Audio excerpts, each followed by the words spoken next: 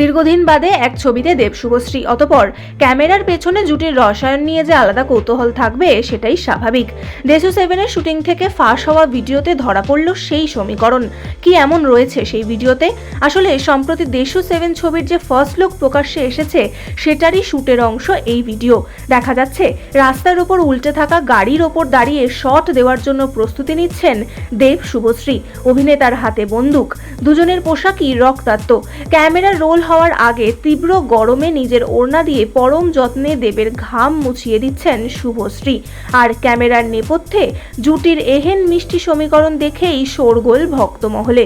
দেশু 7-এর পোস্টারের caption ধার করেই তাদের মন্তব্য, সত্যিই ভালোবাসা সহজে হয় না, আর একবার হলে তাকে ছাড়া থাকা যায় না। ঠিক যেমনটা দেশু 7-এর পয়লা পোস্টার প্রকাশ্যে এনে বলেছিলেন দেব শুভশ্রী। অতঃপর পুজোর বক্স অফিসে একগুচ্ছ সিনেমার ভিড়ে দেশু জুটি যে সাড়া ফেলতে চলেছে তা হলফ করে বলা যায়। তো বন্ধুরা, এই বিষয়ে তোমাদের কি মতামত জানাতে পারো কমেন্টে।